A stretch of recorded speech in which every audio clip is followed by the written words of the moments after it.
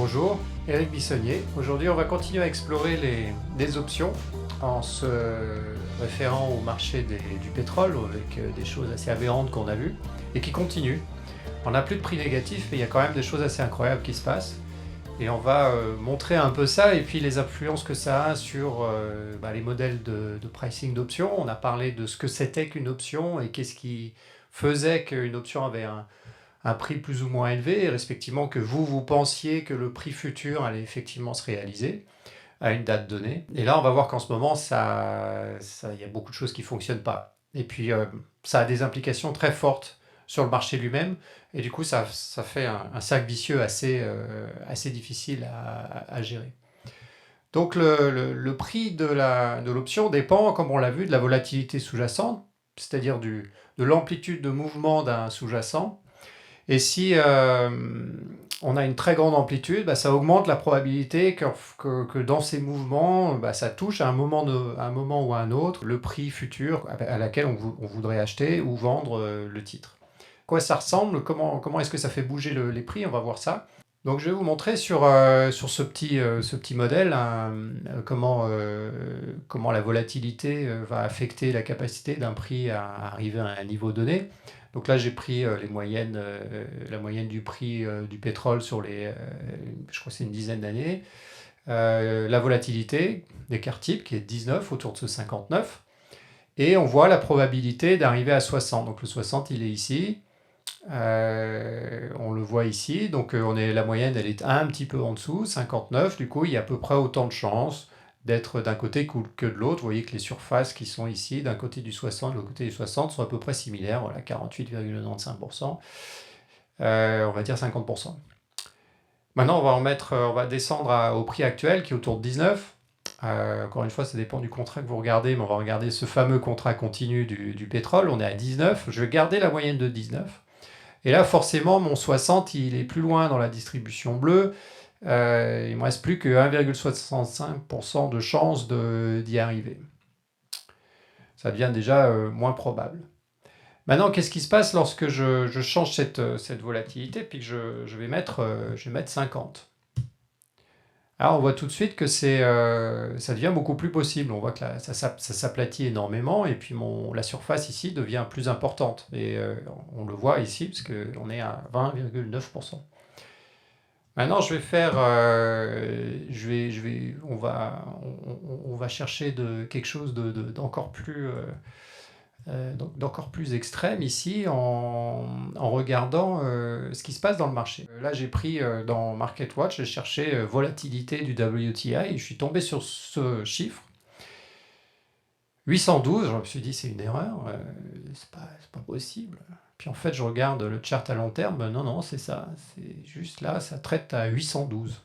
C'est beaucoup 812, parce que vous voyez, historiquement, on est plutôt à 29, puis là, je vois 812. Puis en plus, je vois qu'il est plus à jour depuis le 23, aujourd'hui, on est le 2 mai, et il est plus à jour depuis le 23, donc il y a quelque chose qui bug là, le marché, où il y a soit c'est MarketWatch, enfin il y a quelque chose qui va pas. Voilà, donc je suis allé voir le site du CBOE pour voir la volatilité, puis en fait la volatilité du crude oil, c'est la volatilité du USO, l'ETF dont j'ai parlé également, qui a implosé, parce qu'il est investi dans les futurs sur le WTI, et il était investi sur le premier contrat, donc il a vraiment beaucoup souffert. Depuis, il s'est diversifié.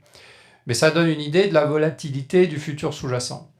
Donc ça donne une idée de la volatilité du pétrole. Et le OVX, il se traite, c'est-à-dire que on a des prix continus, on en a depuis 2007.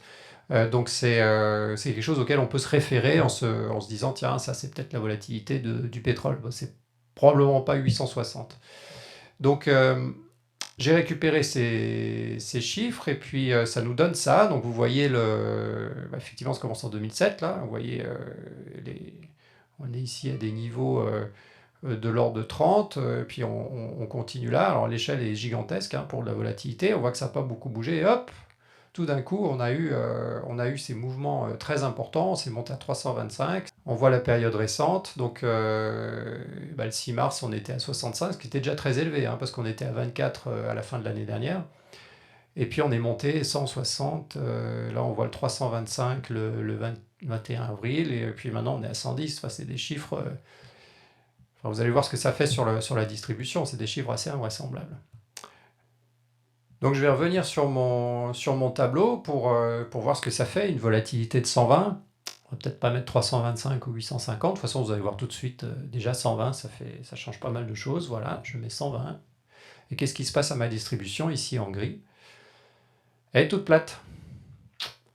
Elle est toute plate. Elle va même très loin, toute plate. Ça veut dire quoi? C'est qu'il y a à peu près la même probabilité d'avoir chaque prix. Alors ensuite, on part de 19, donc il faut quand même arriver jusque là-bas. Donc c'est une surface. Et on voit mon 60, il est là, et on voit que la surface, forcément, c'est la plus élevée de mes trois distributions. On est à 37%, on est à 19 de moyenne, donc prix actuel, et 37% d'arrivée à 60. Puis si je mets 800, sans surprise, ça va être complètement plat. Et là, on est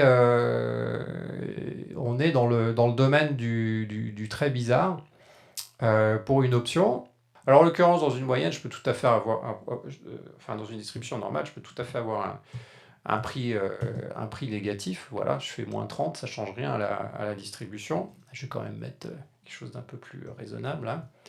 Tout ce que ça fait, c'est que ça déplace ma distribution. Vous la voyez ici, hein, j'avais pas mis j'ai mis le moins 30, mais évidemment le reste de la distribution va être là. Ça ne change pas grand-chose pour une distribution normale. Pour une formule d'option, par contre, et je reprends mon Black-Scholes, je prends ma formule Black-Scholes que je vous ai fait éviter jusqu'à maintenant, mais à un moment, il faut bien en parler, qui est la manière dont dans les trading desks et dans les banques, c'est assez largement comme ça que sont pricées les options. Et les inputs de la formule de Black-Scholes, on les avait vus la dernière fois. Il y a la volatilité implicite, il y a le taux d'intérêt, il y a évidemment le prix. Alors là, c'est sur une action, mais ça ne change rien. C'est en fait un sous-jacent. Vous mettez le prix ici actuel, donc j'ai mis les 18, on va mettre 19, ça en est consistant. Le strike, c'est-à-dire le niveau auquel vous voulez arriver, on va mettre 60. La volatilité, on va laisser 30 maintenant.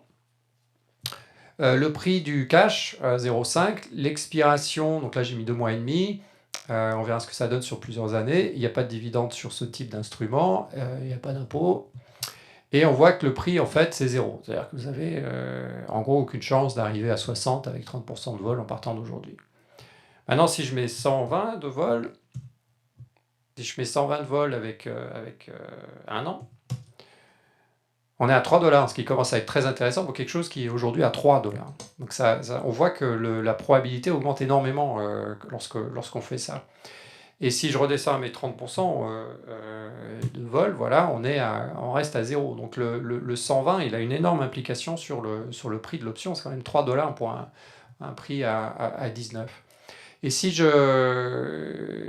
ça c'est pour atteindre 60 $. Évidemment, si c'est pour atteindre 30 $, ça commence à être extrêmement cher. Enfin, 120, c'est extrêmement cher. Et puis si je mets 5 ans, voilà, on est quasiment certain d'arriver. Vous voyez, 14 $ pour mon call, pour un prix qui est à 19. Donc sur 5 ans, on est presque sûr d'y arriver. Maintenant, je vais revenir à mes 0,2 années. Et puis je vais mettre ici, comme stock price, je vais mettre moins 30. En fait, je vais mettre moins 1, ça suffira. Ping, ça marche plus. Les prix ne sont pas censés être négatifs dans sa formule de Black-Scholes. Ça, c'est un peu embêtant. Parce qu'on va avoir des strikes négatifs, etc. Bah non, ça ne marche plus. Voilà, donc vous voyez, il y a deux choses qui sont en train de se passer. On a une volatilité qui atteint des niveaux délirants, au point où on n'arrive plus à voir les prix. Et puis les prix négatifs, c'est pas possible. Et du coup, ça veut dire quoi si les modèles ne fonctionnent plus? Si dans les banques ou dans les salles de marché, dans les hedge funds, chez les market makers, chez tous ceux qui sont impliqués dans les options sur le pétrole, et ceux qui en ont besoin pour prendre des positions sur ce qui se passe dans leur book, ça a quoi comme implication? Qu'est-ce qu'ils vont faire avec ces éléments? Quel impact ça a sur le marché? En fait, on l'a déjà vu, ça a créé énormément de volatilité parce qu'il y a beaucoup de doutes sur la manière de pricer ces dérivés. Et comme il y a beaucoup de doutes, à ce moment-là, on se couvre comme on peut, mais tout le monde en fait du bricolage. Et quand on bricole dans les marchés, ça crée beaucoup d'incertitudes, donc ça crée beaucoup de volatilité. On verra les mécanismes qui sous-tendent ça, c'est assez intéressant. Mais là, on peut déjà voir qu'il y a un gros problème en fait sur les options. Voilà, j'espère que ça, par cet exemple-là, vous avez compris un petit peu mieux comment fonctionnaient les options, avec cet exemple assez déliant du pétrole en ce moment. Merci, au revoir et à très bientôt.